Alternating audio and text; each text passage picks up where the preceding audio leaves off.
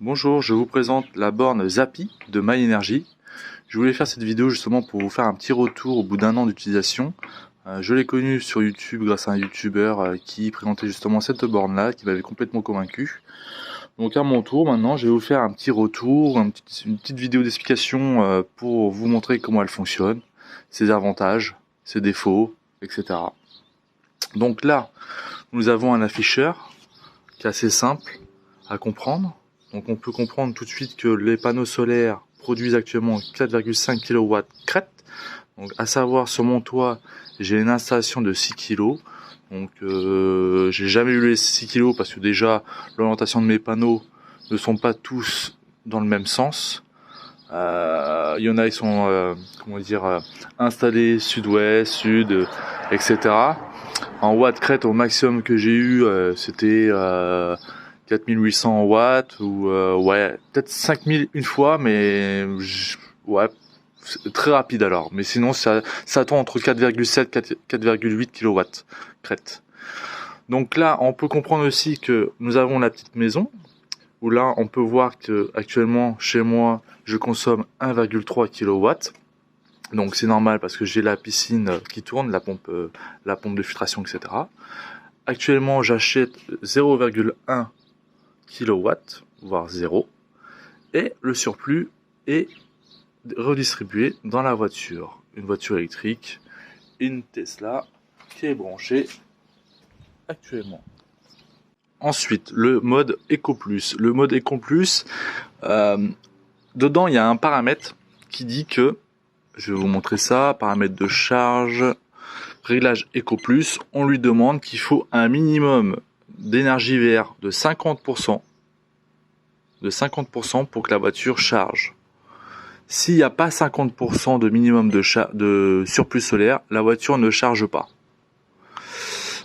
Si par exemple on a moins de 50% de charge, elle va faire le complément avec EDF. Donc en fait, si vous voulez, c'est un mix entre le solaire et l'EDF.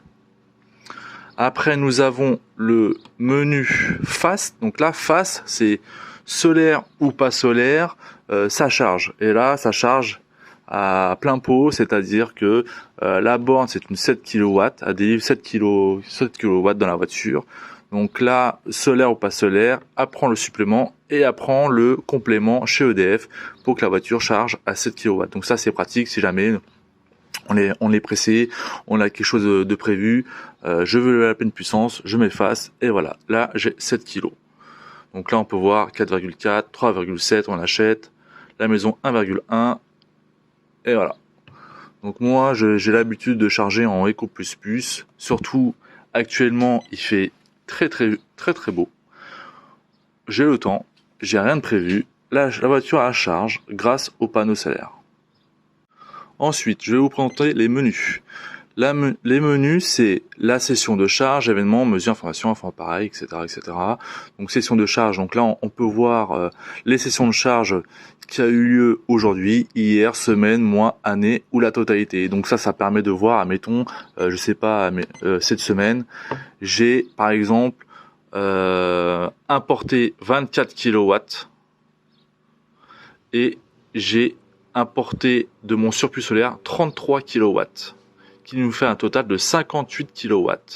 Donc plus de la moitié est verte. Donc ça fait quand même une sacrée économie quand on peut charger uniquement en solaire. Ensuite, nous avons les événements. Les événements, c'est si jamais il y a eu je sais pas, une coupure d'électricité, etc., une panne ou autre. Donc ça nous affiche s'il y a eu quelque chose entre temps, la mesure, les informations. Donc ça c'est tout ce qui est numéro de série, etc., les informations, info appareil, les paramètres de charge qui sont là. Donc ça permet de régler le mode Eco Plus si on veut 50, 40, 30%, etc. Le boost manuel, le smart boost, le minuteur. On peut dire, admettons que le minuteur, bah voilà, tel jour, à telle heure, tu t'enclenches. Le préchauffage, bah tout simplement, si vous devez partir quelque part, vous pouvez le mode préchauffage. Donc ça c'est surtout bien pour l'hiver. pour préchauffer sa voiture, on lui demande de préchauffer la voiture avec une puissance déterminée pour prêt à partir. Après, il y a les autres paramètres. Les autres paramètres, c'est pour changer l'heure, l'affichage et son, option verrouillage, parce qu'on peut aussi verrouiller la borne. Il y a un système de mise à jour dans la borne. Internet, parce que oui, on peut aussi paramétrer sa borne au Wi-Fi de sa maison, qui nous permet d'avoir une application sur son téléphone où on peut à distance pareil changer les modes Eco+, etc., voir les consos et d'autres paramètres. Voilà. Donc au niveau des branchements, etc., c'est tout bête, hein. J'ai un câble de 6 carrés qui arrive dessus. On l'a juste à connecter sur la borne et puis c'est tout. Voilà, rien de plus compliqué, c'est assez simple, c'est pratique, c'est économique. La borne, je l'ai acheté 1000 euros. Aujourd'hui, j'ai aucun regret. J'ai plus à jouer avec mon application Tesla, moins d'intensité, plus d'intensité, etc. C'est la borne qui autogère toute seule. Je sais que quand il fait beau comme ça fait toujours plaisir de se dire que la voiture, elle s'est chargée de 10, 20, 30, 40%, voire même des fois 100% en énergie totalement verte, sans avoir acheté chez EDF. En fait, juste pour vous dire comment elle fonctionne, en fait, il y a deux pinces ampères-métriques. Il y en a une qui est sur l'arrivée d'EDF et une autre qui est sur la sortie de mes panneaux solaires. C'est comme ça qu'elle mesure l'intensité d'EDF et de mon panneau solaire.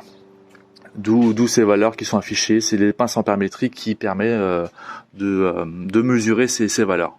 Voilà. Donc j'espère que cette vidéo vous a plu. Je pense que j'en ferai d'autres sur d'autres sujets.